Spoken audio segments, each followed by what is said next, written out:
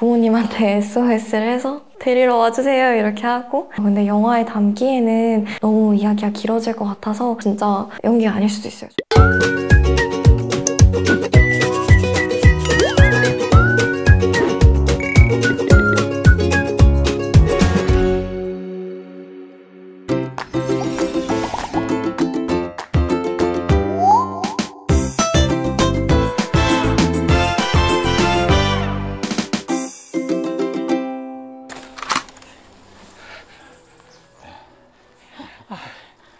아저씨! 안녕하세요. 왔어.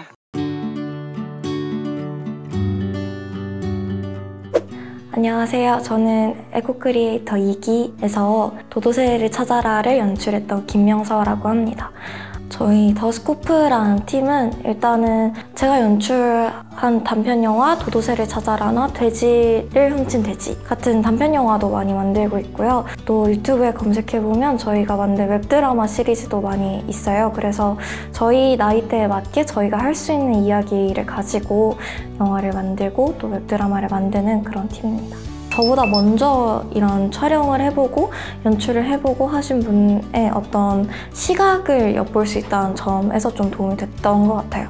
그래서 이런 부분도 걱정을 해볼 수 있겠구나, 혹은 이런 부분은 또 이렇게 바라볼 수도 있겠구나 하는 점을 배워나가는 게 좀 큰 의미가 있었던 것 같습니다. 일단은 저희가 촬영을 하는 것 자체가 좀 난이도가 높은 상황이다 보니까 콘티를 짜는 게 제일 시간도 많이 들었고, 피드백도 콘티에서 제일 오래 걸렸고, 감독님과 이야기를 하면서 이런 부분은 이런 일이 일어날 수도 있다는 생각 해봤나요? 라는 그런 피드백을 들으면서 좀 시각을 넓히는 데 도움이 되었던 것 같아요. 그래서 그런 일이 생길 수도 있겠구나 하는 그런 돌발 상황에 대한 대비를 많이 하고 들어가서 그나마 조금 덜 문제가 생기지 않았나 라고 생각을 합니다. 일단은 평소에 좀 사소하게 넘길 수 있는 부분에 대해서 내가 작품에 끌어올 수 있는 하나의 기회가 된다라는 게 좀 중요한 포인트인 것 같아요. 그래서 실제로 저희 같은 경우에도 쓰레기라는 정말 작은 소재를 가지고 영화에 적용시킨 케이스였어서 그런 식으로 좀 평소에 무심코 지나쳤던 부분을 한번 돌이켜볼 수 있는 기회가 된다라는 얘기를 해주고 싶어요. 에코크리에이터라는 그 하나의 타이틀이 없었다면 저희가 환경을 가지고 영화를 만들어볼 생각을 했었을까? 라는 게 가장 큰 쟁점인 것 같아요. 그래서 그 부분을 한 번 더 생각해보고 또 이런 걸로는 어떤 이야기를 만들 수 있을까 한 번 더 고민을 해보고, 그런 부분에서 좀 여러 가지를 찾아보고 자료조사도 하게 되면서 그 부분에서 느낀 바가 가장 큰 것 같아요. 저는 에코크리에이터에 지원해서 이 영화를 만들기 전과 그리고 그 후에 제 삶이 되게 많이 다르다고 느껴요. 그래서 이 영상을 보시고 또 지원하시는 분들에게 에코크리에이터가 저에게 그랬듯 좀 하나의 커다란 터닝 포인트가 되셨으면 좋겠습니다.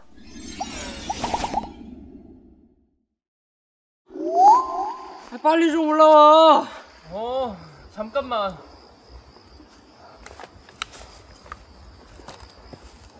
준영아! 할머니! 아이고 내 새끼, 키가 또 멀대같이 커졌어. 할머니 저 주세요. 여기가 가평에 있는 펜션이에요. 그래서 저희가 산에서 촬영을 해야 하는 장면도 많고, 그리고 또 할머니 댁이 나오는 장면이 있어서 펜션을 한 군데 섭외를 해서 촬영을 진행했는데, 사실 이때가 여름이라 모기도 정말 많고 그 진짜 커다란 모기들이 막 여름철에 과일에 파리가 막 꼬이듯이 정말 막 우글우글 거렸어서 저렇게 막 이렇게 치고 하는 게 진짜 연기가 아닐 수도 있어요. 정말 모기가 있었던 걸 수도 있어요.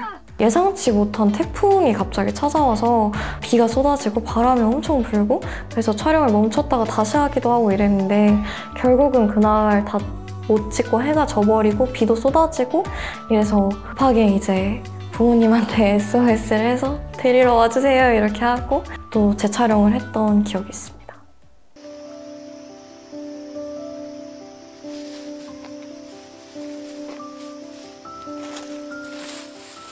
저 쓰레기 봉투를 계속 이렇게 들고 가겠다고 저 배우분이 계속 하루 종일 이렇게 손에 쓰레기 봉투를 들고 다니셨었어요. 그래서 저희들끼리 나름 보면서도 많이 웃고 그랬던 기억이 있습니다. 돗자리는 우연치 않게 저 산에서 정말로 주웠던 소품이고, 나머지 같은 경우에는 좀 저희끼리 회의를 하는 과정에서 이런 거 있으면 웃기지 않을까라고 생각을 했던 게 정말로 촬영장에서 빛을 발한 경우가 굉장히 많아요. 예를 들면 부리가 쓰고 다니는 정말 그 너듬이 가득한 안경이라든지, 아니면 작품 안에서 큰 활약을 하는 저 잠자리채라든지, 사실 얘기하면서는 에이 그냥 장난이지, 설마 이런 걸 진짜 하겠어? 라고 말했던 걸 실행에 옮기면서 좀 영화가 더 다채로워졌던 것 같아요. 벌써 밤이다. 야 서준이 형, 네 길 제대로 알고 있는 거 맞아? 사실은 저희가 1박 2일 일정으로 촬영을 하면서 이 장면이 전날 밤에 촬영이 됐어야 되는 장면이었어요.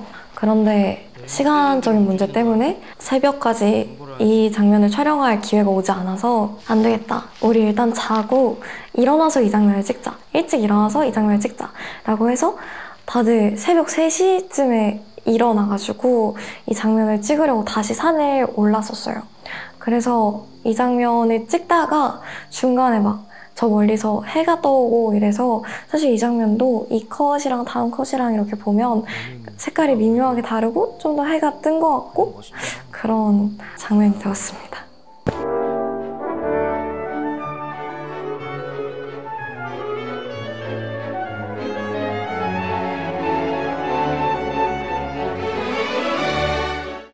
이 장면의 모티브는 그 봉준호 감독님의 기생충에 나오는 장면에서 모티브를 얻었어요. 그래서 긴박한 상황과 슬로우 모션과 어울리지 않는 평화로운 음악 같은 걸 한 번에 넣으면 좋겠다라고 생각을 해서 탄생하게 된 장면입니다.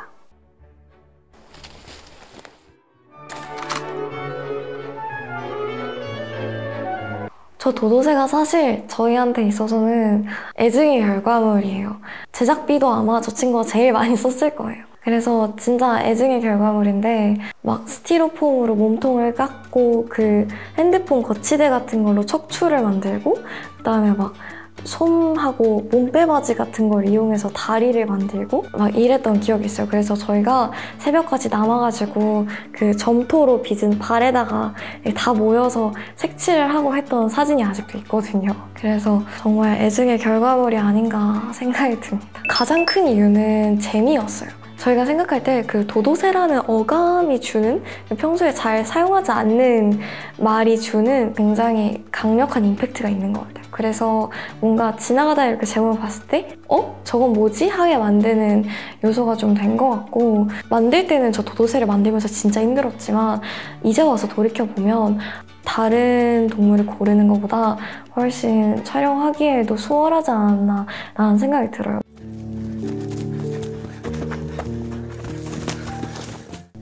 여기서 보면 부리가 되게 신나서 봤어? 날 수 있다고 했지? 이렇게 말을 하거든요.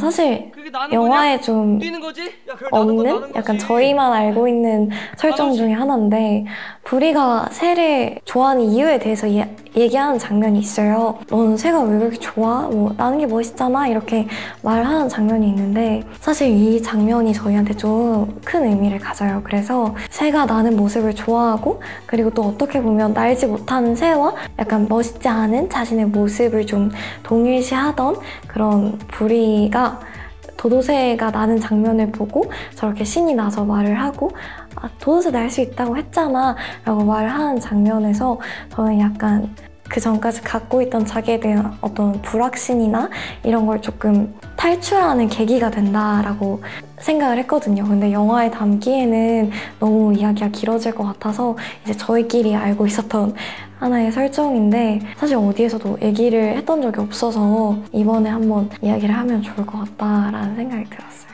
현장에서 막 디렉션이 되게 많이 들어갔던 케이스는 아니었어요.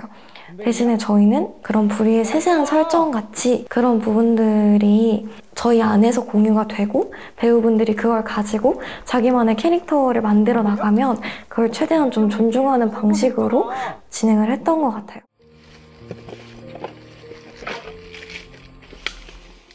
일단 저 쓰레기를 더미로 만든다는 것부터가 좀 부담이 되는 작업이었던 것 같아요.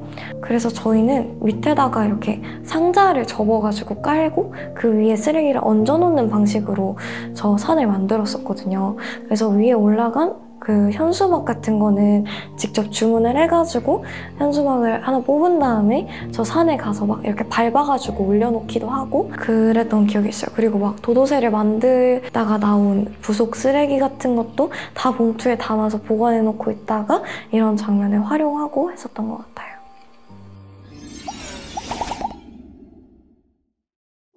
처음 만들고 나서 뭐 영화제 다니면서 다시 보고 할 때는 저 부분은 좀 아쉽고 저 부분은 좀 잘 나온 것 같고 이런 생각이 제일 컸었는데 3년이 지났거든요. 그러고서 지금 와서 다시 보니까 저거 만들 때 어떤 기분이 들었는데 이런 일이 재밌었는데 하는 생각이 더 많이 드는 것 같아요. 첫 번째가 소품의 완성도, 그 다음에 두 번째가 어떤 조명이나 이 색감에 있는 부분이었어요. 그래서 화면을 보면서 이상하다라는 느낌이 들지 않게 전 화면이랑 다른데가 보이지 않게 그걸 좀 숨기고 가리는데 제가 많이 노력을 들였던 것 같고 콘티에도 좀 신경을 많이 써서 피드백을 받을 때도 콘티가 제일 시간을 많이 썼던 것 같아요. 만든 지 좀 된 영화라서 이제는 더 이상 뭐 영화제에 가거나 이런 일이 사실 없는데도 불구하고 이렇게 또 불러주셔서 또 한 번 영화를 보고 그때를 떠올릴 수 있는 시간이 되어서 의미가 깊었고요. 청소년 영화치고는 완성도가 굉장히 높은 작품 중에 하나라고 생각을 해요. 그래서 이 영화를 보시게 되는 분들이 앞으로도 저런 작품이 많이 나왔으면 좋겠다라는 생각을 가지고 제 영화를 봐주셨으면 좋겠다라는 바람이 있습니다. 지금까지 더스코프의 김명서였습니다. 감사합니다.